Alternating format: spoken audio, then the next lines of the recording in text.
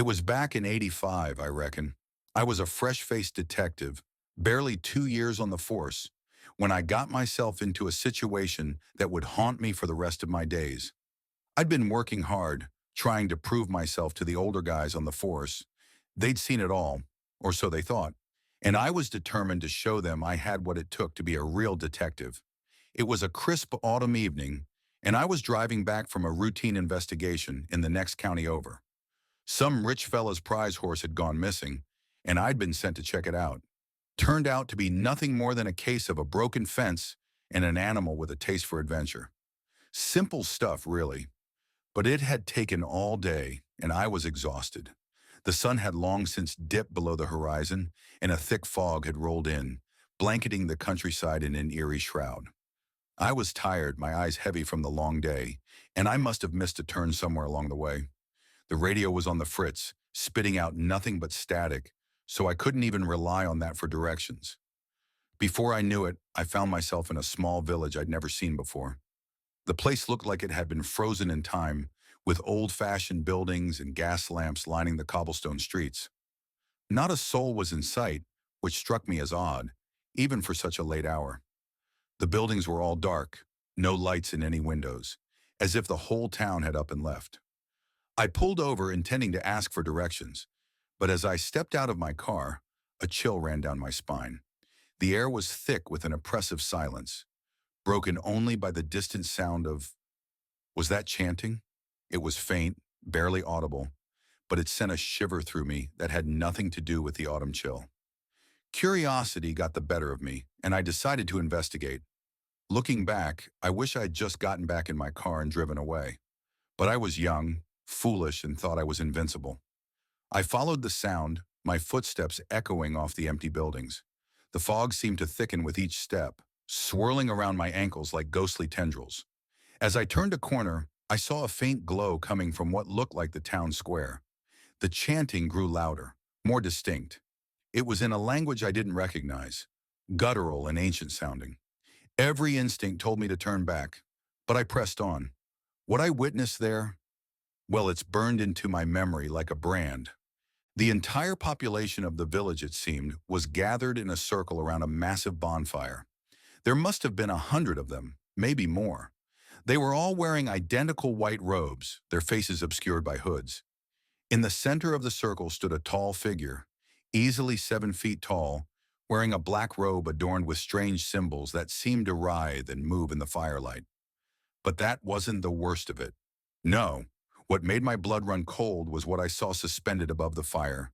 It was a cage, and inside, God help me, inside was a child, a little girl, no more than 6 or 7 years old, screaming and crying as the flames licked at the bottom of the cage. Her blonde hair was matted with sweat and soot, her blue eyes wide with terror. She was reaching out through the bars, begging for help, but the robed figures paid her no mind. I froze, unable to comprehend what I was seeing.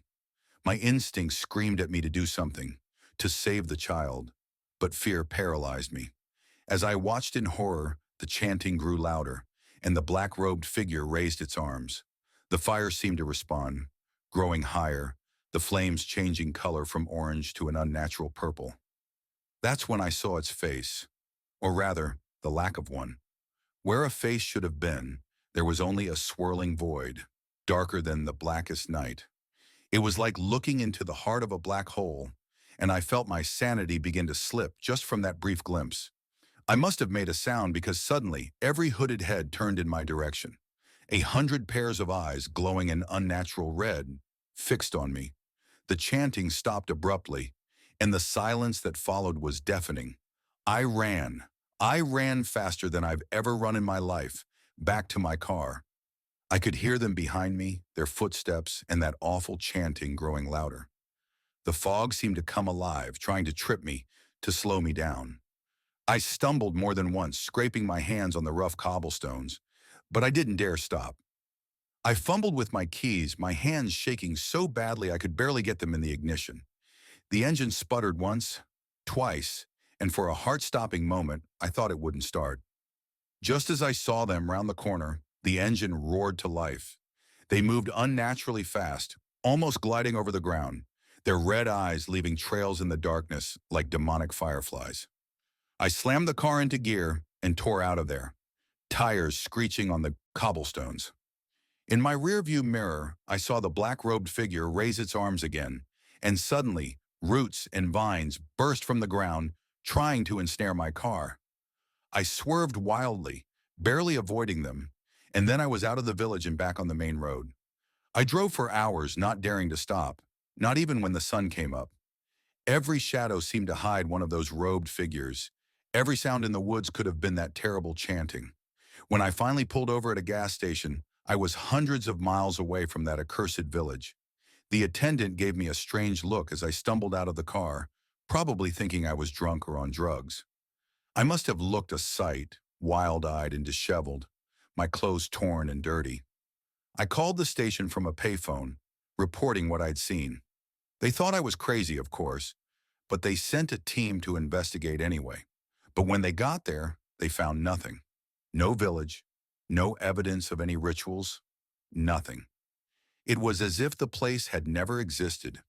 The area where I swore the village had been was nothing but dense forest, with no sign that it had ever been cleared. For years, I questioned my sanity. Had I imagined it all? Was it some sort of hallucination brought on by exhaustion? But deep down, I knew. I knew what I'd seen was real. The terror in that little girl's eyes, the heat of that unnatural fire, the void where the leader's face should have been. It was too vivid, too horrifying to be a mere figment of my imagination. It wasn't until nearly 2 decades later that I found any sort of confirmation. I was working a missing persons case, a young girl who disappeared without a trace. As I was going through old files, I came across a photo that made my heart stop. It was the little girl I'd seen in that cage all those years ago. She'd gone missing in 1965, 20 years before my encounter in that village. The file noted that she'd never been found. As I dug deeper, I found more cases, more missing children, stretching back decades, even centuries. All of them had disappeared without a trace, and many of the reports mentioned strange sightings or unexplained phenomena around the time of the disappearances. That's when I realized the horrible truth. That village, it wasn't frozen in time. It was outside of time.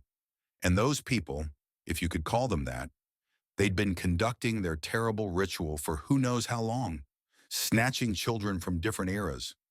I've spent the rest of my career trying to find that place again, to save those children, but I've never been able to. Sometimes, late at night, I can still hear that chanting, still see those glowing red eyes. I've traveled back to that area countless times, but I've never found so much as a trace of the village. The memory of that night has never left me. It's a reminder that there are dark things in this world, things that lurk just out of sight, waiting for the unwary to stumble upon them.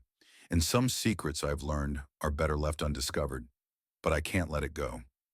That little girl's face haunts my dreams. I know she's still out there, somewhere beyond time, trapped in that hellish village. And as long as I'm breathing, I'll keep searching. Because someone has to. Someone has to remember. Someone has to fight against the darkness, even if it costs me my sanity in the end. The memory of that night has never left me. It's a reminder that there are dark things in this world, things that lurk just out of sight, waiting for the unwary to stumble upon them. And some secrets I've learned are better left undiscovered, but I can't let it go. That little girl's face haunts my dreams.